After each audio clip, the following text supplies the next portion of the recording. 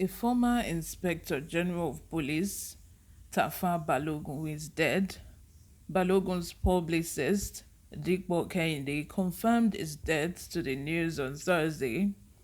I confirmed that ex-IG Balogun died at about 8:30 p.m. today, that is on Thursday, at Reddington Hospital, Lekki, Kehinde said in a telephone interview. Hello and welcome back to Newsroom Nigeria. This is where we give you hot, fresh and sizzling news all day long. If you haven't subscribed to this channel, please subscribe. Subscribe, you're welcome. Join this amazing community we have here. Give this video a thumbs up. Most importantly, click on the notification bell so that you can get notified whenever we post a new video. Without further ado, let's dive straight into the details of today's news. Balogun, 74, was appointed the IG in March 2002 and was forced to retire because of widespread charges of corruption in January 2005. Of course, we are all very sad for this man's demise, and I'm thinking maybe he had, an ailment that he has been taking care of until, he could no longer take it and he gave up the ghost. I'm really so sad. But back in 2002, I can remember vividly, this man actually, embezzled a lot of money belonging to policemen who had retired. Many money that ought to be paid to them to take care of their families, to take care of their homes, was embezzled. Even salaries, I think it didn't. Police officers didn't receive salary for quite some time. And back in 2002, that was when this man became popular. I cannot forget his name, Tafa Balogun. That was when he hit the news and, a lot of allegations in short.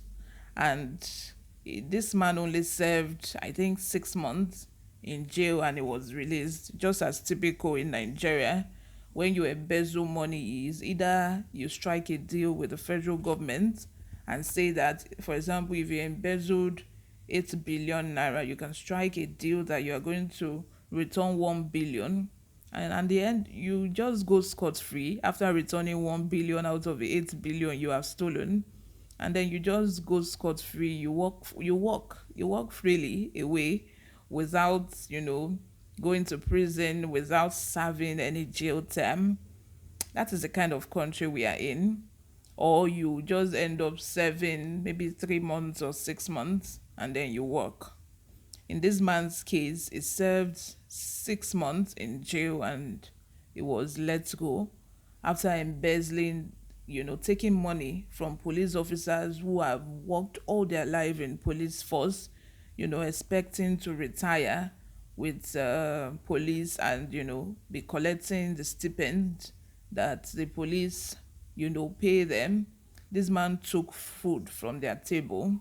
He took the money meant for them to use in putting shelter over their head, in feeding their family. He took those monies away from them. It's so sad that, we are announcing his death and we are also talking about things that he had done when he was alive. This, goes to show that anything you do in life will always stick with you. If you do good, people will talk about it.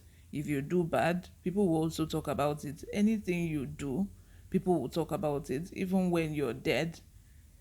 This should even be like a lesson for our politicians, our leaders of today, that anything they do, we'll always stick with them, we'll always travel, people will always talk about it.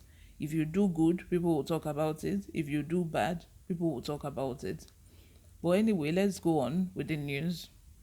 On April 4, 2005, Balogun was arraigned at the Federal High Court, Abuja, on charges involving about 13 billion naira. I said this man stole a lot of money obtained through money laundering, theft, and other sources. 13 billion back in 2005 was a lot of money, a lot. The Economic and Financial Crimes Commission under Nuru Rubado brought 70 charges, 70 against Tafa Balogun, covering the period from 2002 to 2004. He made a plea bargain. This is what I say. He made a plea bargain with the court in exchange for returning much of the property and money. If you look at the money this man has, he stole 13 billion naira. And if we were to check the amount he returned for the plea bargain, it would not even be up to half of 13 billion naira that he actually stole. Oh my God. He was sentenced to 6 months in jail. He was released on February 9, 2006, after serving his sentence, part of it in Abuja National Hospital. So he even spent some time in Abuja Hospital claiming I'm healed, like they normally do, claiming I'm not feeling fine. I have one health issues or the other, chilling in the hospital for some time out of the 6 months. My people, this is the kind of country we'll find ourselves. If you are poor and you do this kind of thing, hey, you will rot in jail. It's not funny, but it's funny at the same time.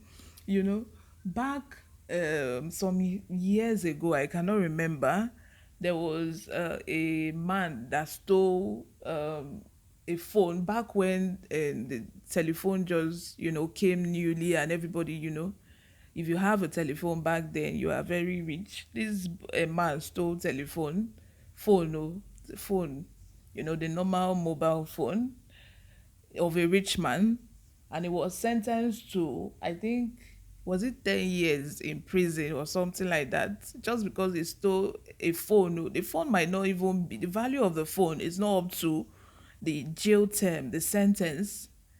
You get me? Just because that person is a poor man. But if you are a rich man in Nigeria, you can buy your way through anything. Like, not in any way, you can buy your way through it. Just tell them, just do plea bargain. I will return maybe a quarter of what I have stolen, and you will be let go. But a poor man in Nigeria, that is it. In Nigeria here, no justice, my people. Let me know what you think in the comment section. Subscribe if you haven't. I will see you in my next video. Bye for now.